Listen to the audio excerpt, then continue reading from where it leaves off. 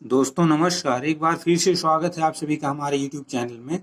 तो पिछले वीडियो हमने आप सभी को प्रश्नावली 8.1 के 4 सवाल हल कर दिखाने का प्रयास किया था। इस वीडियो में हम आप सभी को आगे जो शेष बचे हुए हैं उन सवालों को हल कर सिखाएंगे। यहाँ पर 5वां सवाल हमारा है, दिया है यदि सेक थीटा बराबर 13/12 तो थीटा के शेष त्रिकोणमितीय अनुपात ज्ञात करना है। यानी हमें sine theta, cos theta, tan theta, cot theta, cosec theta का मान ज्ञात करना है। तो ऐसे सवालों को जब सॉल्व करना होता है तो हम एक त्रिभुज बना लेंगे यहाँ पर, और ये कोण हमारा थीटा दिया गया है और दिया है सेक थीटा बराबर 13/12। तो हम जानते हैं सेक थीटा बराबर होता है कर्ण बटे आधार। ये हमारा कर्ण है और ये आधार है, तो यहाँ पर ये हमारा 13 हो जाएगा और ये हमारा 12 हो जाएगा। ये इसका इस त्रिभुज का हमने बताया कि जिस त्रिभुज का त्रिकोणमितीय अनुपात निकालना होता है इस कोण का, उसके सामने वाली भुजा ये लंब होती है और जिस भुजा पर वो बनता है कोण वह आधार होता है और ये कर्ण होता है। समकोण के सामने वाली भुजा को कर्ण कहा जाता है। तो अब यहाँ पर हम पाइथागोरस प्रमेय से इसका लंब ज्ञात कर लेंगे। तो लंब इसका मान लेते हैं x। तो x² प्लस 12 का वर्ग, लंब का वर्ग धन आधार का वर्ग बराबर कर्ण का वर्ग बराबर 13 का वर्ग।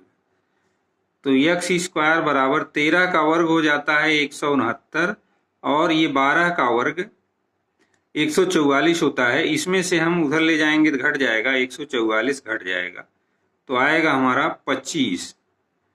तो x² बराबर 25 आ गया। x का मान अब हमारा 5 आ जाएगा, यानी ये 5 है। अब हम साइन थीटा का मान ज्ञात कर लेंगे। साइन थीटा, अब ये हमारा 5 आ गया, x बराबर 5। तो साइन थीटा बराबर लंब बटे कर्ण होता है। ये लंब है, ये कर्ण है, 5/13 हो गया। उसी तरीके से कास थीटा बराबर हमारा हो जाएगा आधार बटे कर्ण। कास थीटा बराबर आधार बटे कर्ण 12/13 हो जाएगा। अब इससे भी निकाल सकते हैं हम, कास थीटा सेक थीटा का उल्टा होता है। तो अगर सेक थीटा 13/12 है तो कास थीटा बराबर 12/13 होगा। और टेन थीटा बराबर हमारा हो जाएगा, टेन थीटा बराबर लंब बटे आधार ये हो जाता है, यानी 5/12 हो जाएगा। और काट थीटा टेन थीटा का उल्टा होता है, आधार बटे लंब होता है। तो आधार 12 है, लंब 5 है, तो ये 12/5 हो जाएगा। अब सेक थीटा दिया गया है, कासेक थीटा का मान हम निकालेंगे। कासेक थीटा बराबर होता है कर्ण बटे लंब। कर्ण 13 है और लंब यहाँ पर 5 दिया गया है, तो कर्ण बटे लंब 13/5 हो जाएगा। तो इस तरीके से अगर एक कोण का त्रिकोणमितीय अनुपात दिया गया है तो हम शेष सभी त्रिकोणमितीय अनुपात ज्ञात कर सकते हैं। आशा करता हूं कि ये सवाल आपकी समझ में आ गया होगा। अब ये रहा हमारा अगला सवाल, छठा। यदि कोण ए और कोण बी न्यून कोण हो जहां कास ए बराबर कास बी दिया गया है, तो दिखाना है कि कोण ए और कोण बी। अब यहाँ कास ए बराबर कास बी दिया गया है, तो इसको अगर मान लेते हैं हम, कर्ण को y मान लें और इसको x मान लें और इसको z मान लेते हैं, z। अब यहाँ पर देखिए कास ए बराबर कास भी दिया गया है, तो हम कास ए बराबर देख लेते हैं, कास ऑफ ए। इस कोण का जब त्रिकोणमितीय अनुपात निकालेंगे तो ये भुजा लंब हो जाएगी और ये आधार होगी। कास ए बराबर x/y यहाँ दिया गया है, x/y आधार बटे कर्ण, ये कास थीटा होता है। और कास बी, अब इस कोण का जब निकालेंगे त्रिकोणमितीय अनुपात, कास बी जब इसका निकालेंगे त्रिकोणमितीय अनुपात तो ये भुजा लंब हो जाएगी और आधार ये हो जाएगा। हमने बताया कि जिस कोण का त्रिकोणमितीय अनुपात निकालते हैं उसके सामने वाली भुजा लंब होती है और जिस कोण पर ये बनता है वो भुजा आधार कहलाती है। जो भुजा वो कोण बनाती है वो आधार कहलाती है। तो यहाँ पर z बराबर x दिया गया है, कास बी आधार बटे कर्ण। ये चूंकि ये दोनों दिया है बराबर हैं, कास ए बराबर कास बी, तो ये भी y है, x/y, और ये भी x/y हो जाएगा, यानी ये भी भुजा x है।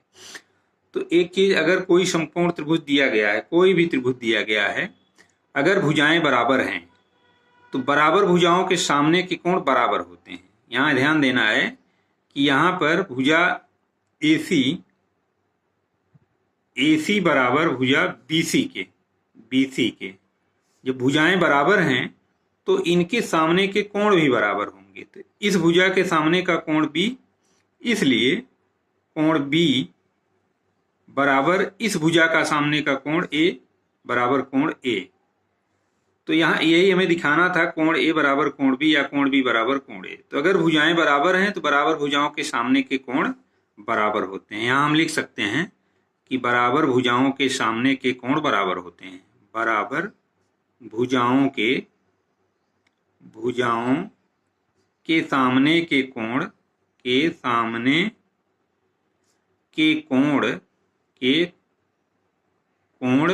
बराबर होते हैं। यही हमें दिखाना था, होते हैं। तो आशा करता हूं कि ये सवाल भी आपकी समझ में आ गया होगा। अब आइए अगला सवाल देखते हैं। अब ये रहा हमारा अगला सवाल। यहाँ दिया है cot थीटा बराबर 7/8। तो 1 plus sine theta into 1 minus sine theta upon 1 plus cos theta into 1 minus cos theta और काट स्क्वायर थीटा का मान ज्ञात करना है। काट स्क्वायर थीटा का मान ज्ञात करना है और काट थीटा का मान दिया गया है। तो दूसरे वाले को हम आसानी से ज्ञात कर सकते हैं। इसका स्क्वायर कर देंगे तो ये 49/64 हो जाएगा। अब इसका हम देखते हैं। यहाँ पर साइन थीटा और कास थीटा का मान हमें ज्ञात करना होगा। तो ये हमारा समकोण त्रिभुज है, ये चीज ध्यान देना। और ये कोण थीटा है। काट थीटा दिया है 7/8। काट थीटा बराबर होता है tan थीटा बराबर लंब बटे आधार, काट थीटा बराबर आधार बटे लंब। तो ये 7 हो जाएगा और ये 8 हो जाएगा। अब हम इसकी सहायता से कर्ण का मान निकालेंगे। तो इसका मान x लिख लेते हैं।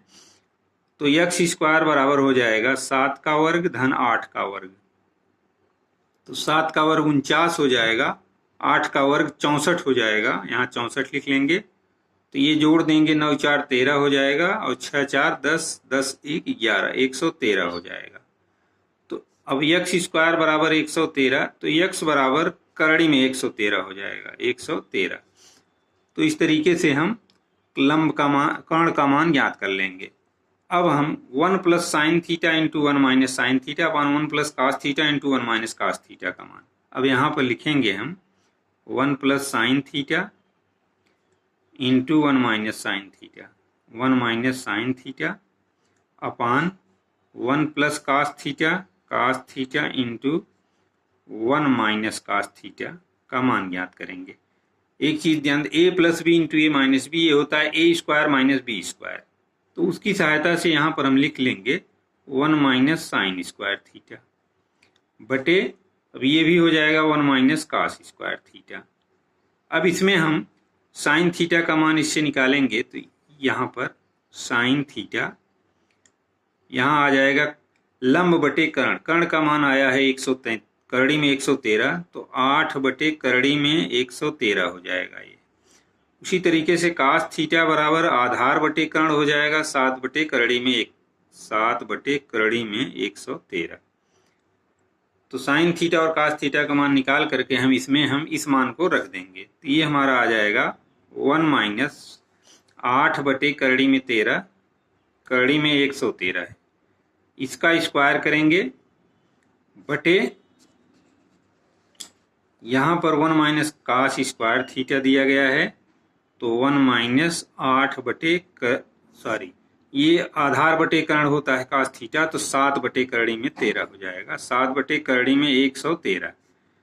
अब इसको हम सॉल्व कर लेंगे। 1 माइनस ये 64 बटे 113 हो जाएगा, 113 बटे 1 माइनस 49 बटे 113 हो जाएगा, 113। अब इसको जब हम सरल कर लेंगे तो ये हमारा आ जाएगा 113 में से 64 घटाएंगे जब हम, तो 49 आएगा, 49 बटे 113। ये 113 में से 64 घटाएंगे तो ये 49 बटे 113 हो जाएगा। और बटे 113 में से 49 घटाएंगे तो 64 हो जाएगा, तो 64 बटे 113 हो जाएगा।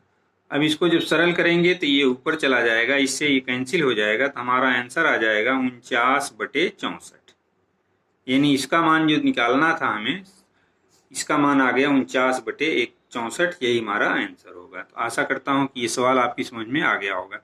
अब दूसरा सवाल ज्ञात करना था काट स्क्वायर थीटा का मान। तो यहाँ काट थीटा दिया गया था, काट थीटा बराबर 7/8, 7/8।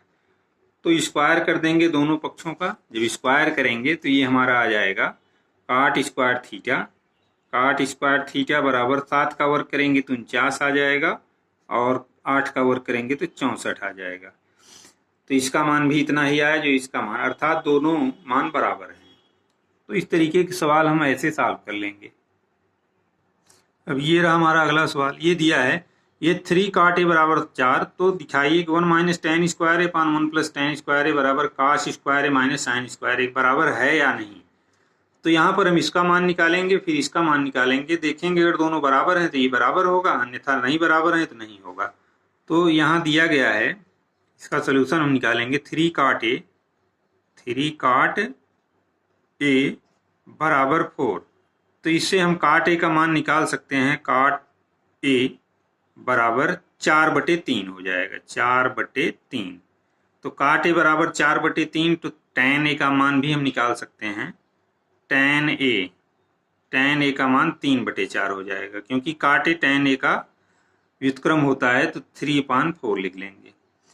तो अब इसकी सहायता से हम साइन और कास का मान भी निकालेंगे। तो यहाँ tan ए बराबर 3/4 दिया गया है। तो अगर कोई त्रिभुज है, समकोण त्रिभुज है, और ये कोण हमारा ए है, और ये बी ले लेते हैं, और ये सी ले लेंगे, तो tan ए का मान 3/4, यानी ये 3 है और ये 4 है, तो इसका कर्ण 5 हो जाएगा, क्योंकि 3 का वर्ग 9, 4 का वर्ग 16, 16 9 25, और उसका स्क्वायर रूट लेंगे तो ये 5 आ जाएगा। इसकी सहायता से हम साइन ए का मान निकालेंगे। साइन ए का मान लंब बटे कर्ण होता है, तो 3/5 हो जाएगा, और कास ए का मान हमारा हो जाएगा 4/5, 4/5। अब हम इसका मान निकालेंगे। 1 माइनस टेन स्क्वायर ए, 1 माइनस टेन स्क्वायर ए अपान 1 प्लस टेन स्क्वायर ए, 1 प्लस टेन स्क्वायर ए बराबर 1 माइनस, इसका स्क्वायर करेंगे तो 3/4 का स्क्वायर हो जाएगा, और इधर 1 प्लस 3/4 का स्क्वायर ये भी हो जाएगा। अब जब इसको हम सरल करेंगे तो ये हमारा आ जाएगा यहाँ पर 1 माइनस 3 तिहाई 9/16, 9/16 आ जाएगा, बटे 1 माइनस ये भी हमारा 9/1 प्लस ये होगा 1 प्लस 9/16। तो ये 16 में से 9 घटाएंगे तो 7 आएगा, तो ये 7/16 ऊपर हो गया, और नीचे हमारा हो जाएगा 16 9 25, 25/16, 25/16। तो अब इसको जब सरल करेंगे तो ये 7/25 हमारा आ जाएगा, 7/25। तो इस तरीके से इसका मान 7/25 आया। अब साइन कास स्क्वायर ए माइनस साइन स्क्वायर ए का मान निकालेंगे।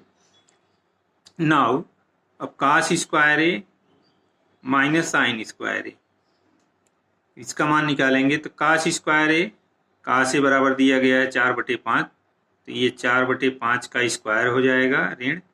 साइन ए का मान 3/5 दिया गया है, 3/5 का स्क्वायर हो जाएगा। अब इसको जब सरल करेंगे तो 4/5, 4 चौक 16, 16/25 हो जाएगा ऋण 9/25 हो जाएगा। और घटाएंगे तो 16 में से 9 घटाएंगे तो 7/25 आ गया। तो इसका मान भी 7/25 है, इसका मान भी 7/25 है। इस तरीके से जो दिया गया हमारा स्टेटमेंट है 1 माइनस टेन स्क्वायर ए पान 1 प्लस टेन स्क्वायर ए बराबर कास स्क्वायर ए माइनस साइन स्क्वायर ए, तो यह सत्य है।